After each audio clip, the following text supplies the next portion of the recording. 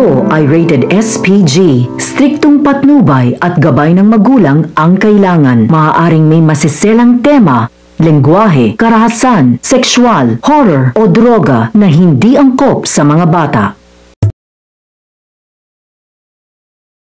Magtatalo si Moira at Balahadya. Ayaw na kasing bigyan ni Moira si Balahadya ng pera na suhol. Pero ayaw naman pumayag ni Balahadya na dito magtatapos ang usapan nila. Marami ng utang na loob sa kanya si Moira. Kung hindi siya pagbibigyan ni Moira, makakarating kay Robert ang tinatago niya. Talagang wala sa kanila ang hard drive at nasa pagtatago ito ni Moira. Pinoprotektahan niya ang hard drive dahil makakasira kay Moira ang nilalaman nito.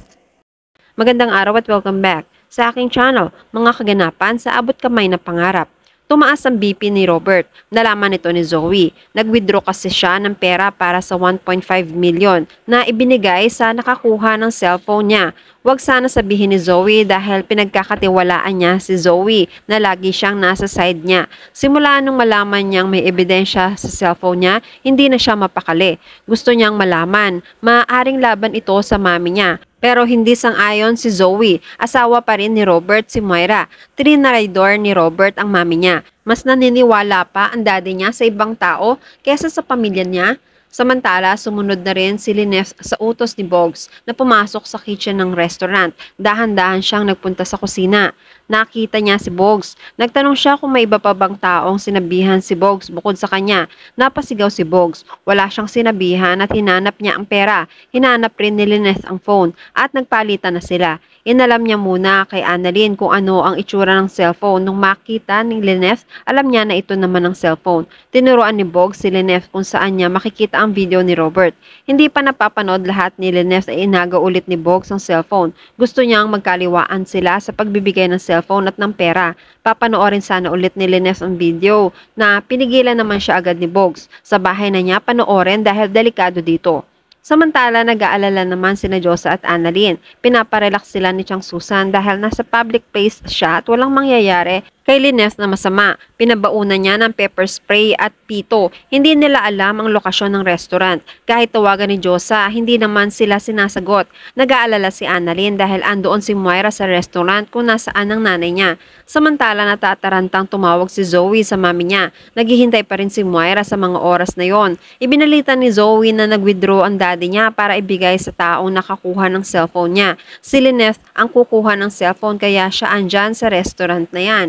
Samantala, nalaman na rin ni Zoe na pwede na niyang pauwiin ng daddy niya. Maya-maya ay dumating rin si Lindon. Humingi siya ng pasensya dahil nagka-stress sila dahil kay Lindon. Nangako na rin naman si Lindon na hindi na niya ipagsasabi ang sikreto nila ni Carlos. Nakita kasi niya kung gaano nagmamahalan sina Lynette at Carlos. Alam niya rin kung gaano kasakit ang mawalan ng minamahal. Maya-maya ay nakita ni Zoe si Balahadya sa paligid. Nagpaalam na siya kay Lindon at kinausap naman niya si Balahadya. Natatakot si Zoe na ano ba ang ginagawa ni Balahadya dito. Sinusundan ba niya si Doc Lindon? Natatawang sumagot si Balahadya. Ayaw na ng mami niya na pakialaman nila si Lindon. Nandito siya para sa mami ni Zoe at hindi dahil kay Doc Lindon. Noong hanapin niya ang mami ni Zoe, sinabi niyang tigilan na ang mami niya. Ayaw pumayag ni Balahadya dahil hindi po pwede yun. Maraming utang na loob ang mami niya sa kanya. Inuutusan ni Zoe si Balahadya na tigilan na ang mami niya. Pero ayaw niyang sumunod. Marami na silang mga ginawa na walang alam si Zoe. Kaya tumigil na siya. Layuan na ang mami niya ang sabi ni Zoe dahil masama siyang tao. Sabi ni Balahadya mas masama ang mami niya. Sinampal ni Zoe si Balahadya dahil siya ang nagpapasama sa mami niya. Hinawakan ni Balahadya ang braso ni Zoe at binantaan siya. Huwag siyang sasagarin dahil baka siya ang isunod. Inabutan sila ni Lindon. Nagtanong si Lindon kung ginugulo ba siya nito. Nag-deny si Zoe. Hindi siya nito ginugulo. Nagpakilala naman si Balahadya.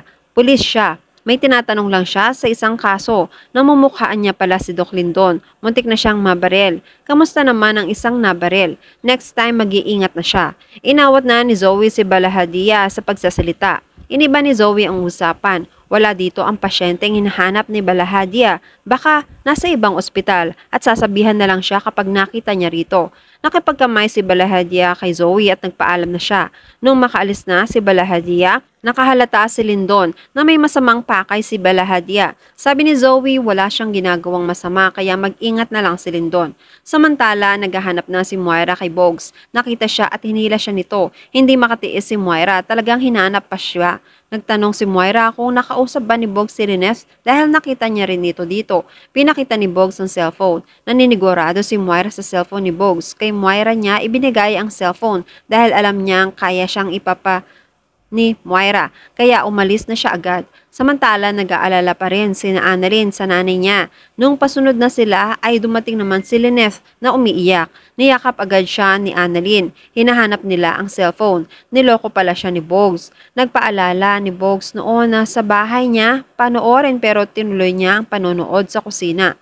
Tumigil na agad ang video nang hindi pa natatapos magsalita si RJ. Corrupted pala ang file. Iyak nang iyak si Lineth. Ibang cellphone pala ang binigay sa kanya ni Bogs. Kaya pala nagmamadali siyang umalis. Sinisisi ni Lineth ang sarili. Dapat hindi na niya muna pinaalis si Bogs. Pati yung pera na tangay niya. Niyakap si Lineth ni Nachang Susan at Annalyn. Mas mahalaga pa rin na nakauwi si Lineth ng ligtas. At ito ang mas mahalaga.